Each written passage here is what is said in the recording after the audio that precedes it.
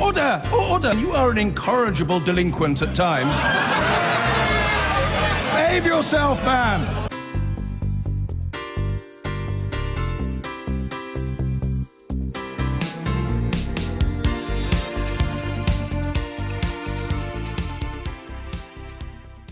I'm going to interrupt. We're just going to go knife to the Commons now. Karen Bradley, the Digital Culture, Media and Sports Secretary, making a statement about the Fox bid to take over all of Sky. To refer the merger to the CMA on the grounds of media plurality and minded not to refer on the grounds of commitment to broadcasting standards. At the same time, I confirmed that I had received a set of undertakings in lieu of referral from the parties and was minded not to accept them. I also set out the steps that I would follow for the next phase of the decision. I said that, as required by legislation, I would allow the parties to the proposed merger the opportunity to make representations on my position on media plurality.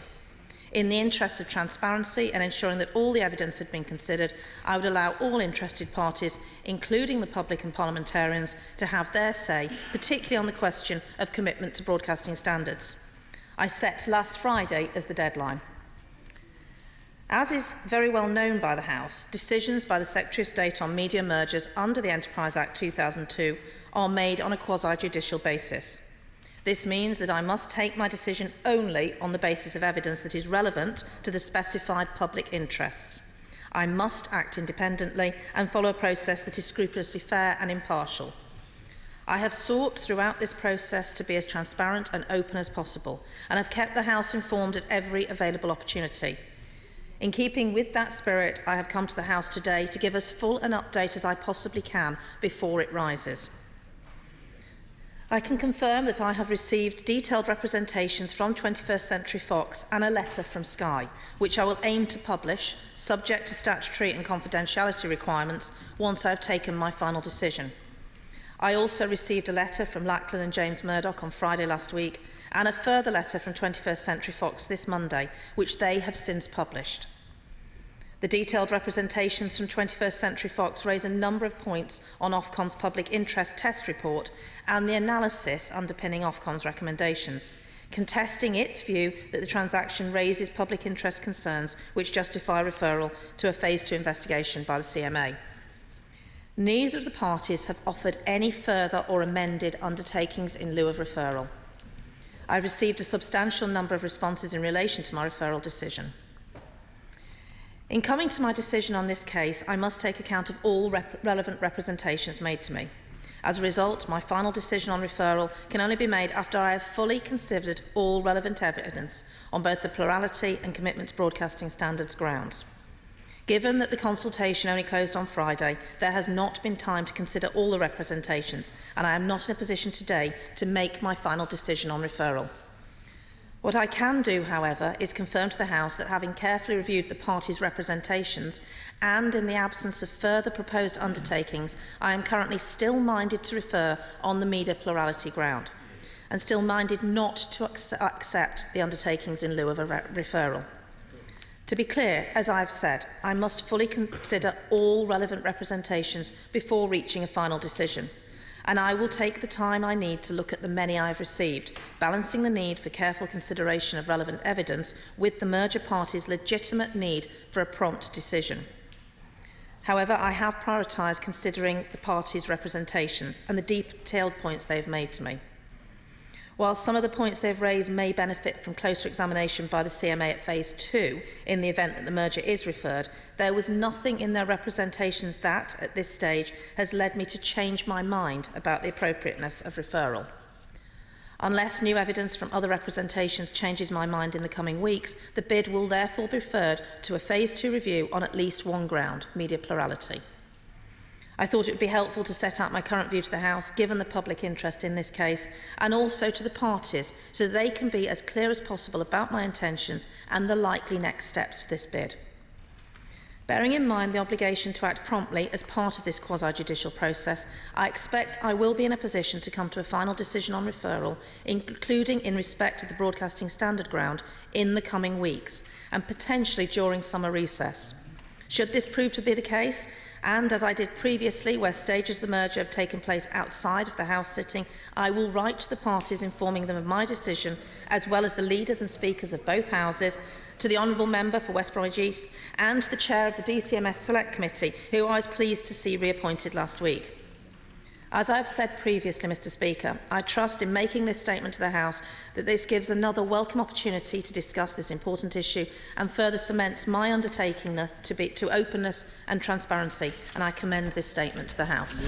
Tom Watson. Mr Speaker, good morning to you, and thank you, as this is the last day before recess, to you and your staff for the welcome you have made to my new colleagues who were elected in the general election. And I thank the Secretary of State for her statement, and I'm grateful to her for returning to the House before recess to update us on progress, even if there is not much progress to update us on.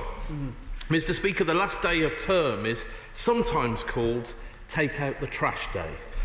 Well, this appears to be Keep the Trash in the Office Day. Nevertheless, this is one piece of government indecision that we welcome. It is right that the Secretary of State has taken her quasi-judicial responsibilities seriously.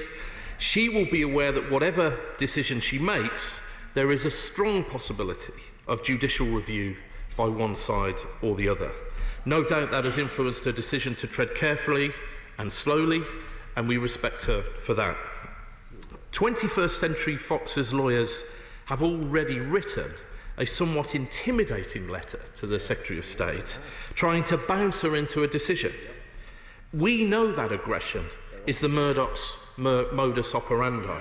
We've been on the receiving end of it in this House, and we urge the Secretary of State to keep standing firm. In particular, there is absolutely no need for the Secretary of State to announce a decision during the summer recess. Parliament must have the opportunity to scrutinise any decision she makes.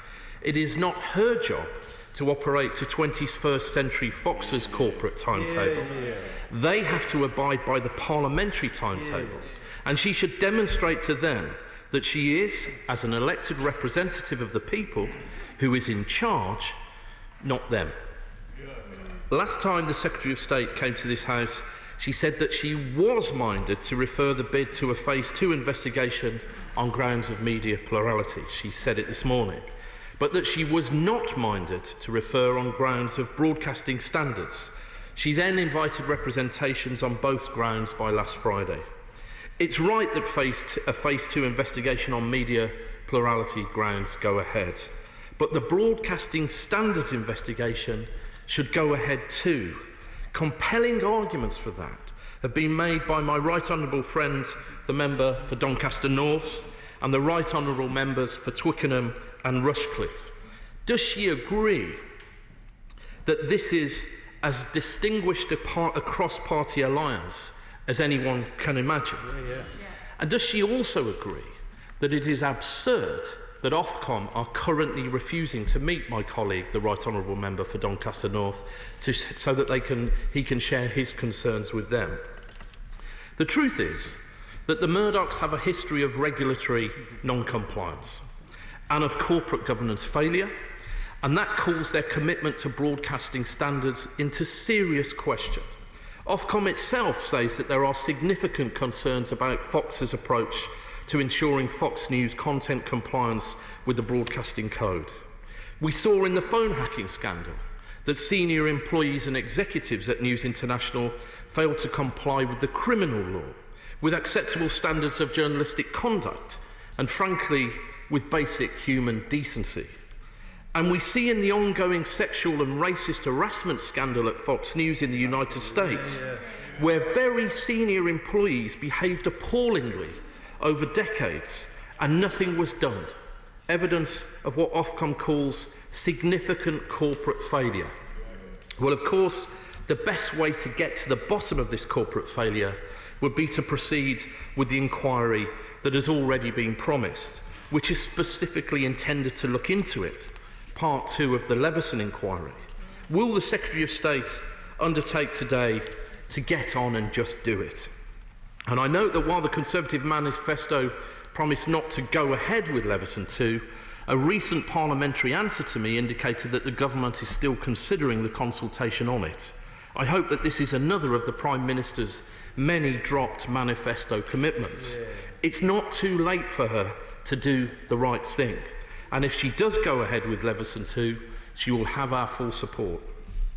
The influence of the Murdochs on this government is still a matter of serious concern. Only this week, in a letter to me, the First Secretary of State refused to deny that Rupert Murdoch had asked the Prime Minister to put the Right Honourable Member for Surrey Heath back into the Cabinet. I expected the allegation to be denied. It was not denied. We will be drawing our own conclusions from that.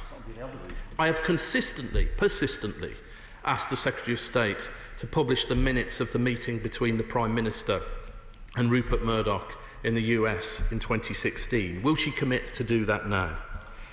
The Secretary of State now has the opportunity to demonstrate that we live in a democracy, not a Murdochracy.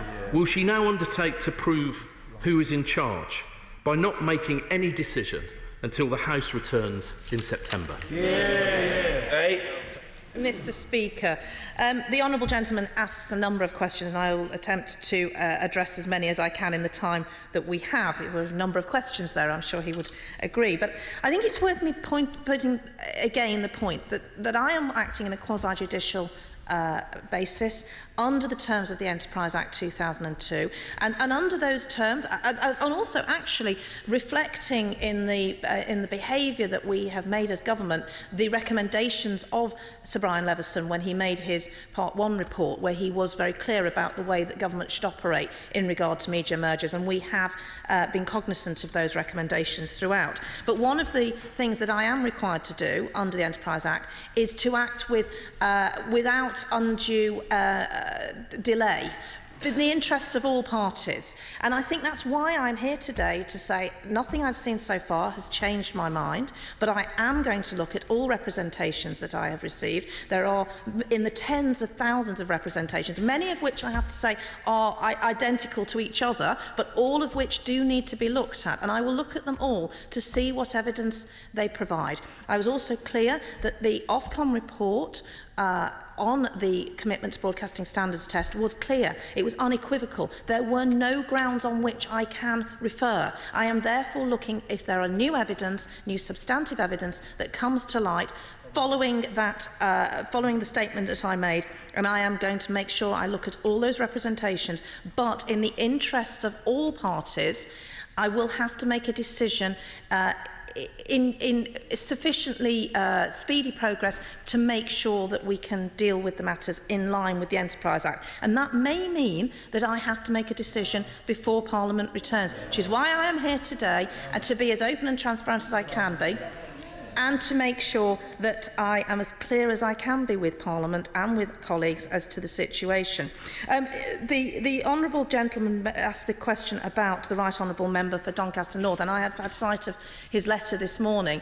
As I understand it, he was asking for a meeting to discuss the Fit and Proper report, and I am surprised that Ofcom are not able to meet to discuss the Fit and Proper report. The Fit and Proper report is not part of the test that I look at. The tests under the Enterprise Act are different. That is Commitment to Broadcasting Standards, not Fit and Proper. The Fit and Proper report analysis that Ofcom has to has to be done on an ongoing basis, and I am therefore surprised that they're not willing to meet the Right Honourable Gentleman and other parliamentarians.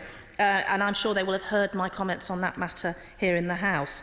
And in terms of meetings that ministers have, all meetings that ministers have with journalists are minuted, are recorded, and they are in the public domain as to the meetings that I've had. But I will make sure that I am as open and transparent as I possibly can be. That is why I'm here today. It is I was hoping that it would be possible to make a firmer decision today, but the quantity and volume of representations received means that simply hasn't been possible. Jacob Rees-Mogg. Well, thank you, Mr. Speaker. Karen Bradley there. Karen Bradley, the Culture Secretary, saying that she has not yet reached a decision on whether to refer Fox's bid for Sky News, to the Competition and Mergers Authority, but saying she wants to bring the House up to date. Let's get reaction from our business presenter, Ian King, who is in the city, overlooking the city. Ian, the uncertainty goes on. Yes, that's right, Adam. As Tom Watson, the Deputy Labour leader, pointed out there, this really doesn't take things on very much further. I suspect this announcement will be of immense frustration to Fox, which earlier this week wrote to the Secretary of State, Karen Bradley, saying, will you please get on with it and refer this takeover for a Phase 2 investigation from the Competition and Markets Authority. Now, obviously, Karen Bradley making clear there she's had so much correspondence from members of the public and other interested parties. It's not been possible to go through it all and get on with that referral today. She pointed out there, she reminded MPs that under the Enterprise Act, she's acting in a quasi-judicial manner. She has to act with undue delay, and that therefore it's very likely that she will come up with her decision during coming weeks. In other words, after Parliament has risen, she made clear that she would write to the Speaker of the House and to the chair of the DCMS committee. So it feels as though there is going to be a referral to the Competition and Markets Authority, but not just yet. Now, in terms of what that means for the takeover timetable, well, the CMA Phase 2 investigation is likely to take around 24 weeks, and accordingly, Fox has advised its shareholders, its Wall Street investors, that it expects the transaction to complete at the end of June next year. So there will still be other fences to jump before then. The whole process will take a considerable amount of time. But it's worth pointing out, Adam, also that Fox has not changed the terms, the undertakings that it offered to Ofcom and to the Secretary of State. You'll recall that it's offered to set up a separate editorial board for Sky News, which would, among other things, appoint the head of Sky News. It's offered to continue investing in Sky News on the same basis as it is currently doing so for the next 5 years. That was fine by Ofcom. Karen Bradley wanted it to go further. Fox didn't want to. So I think it's taking a bet there that the CMA will approve the deal. Ian, thank you very much indeed.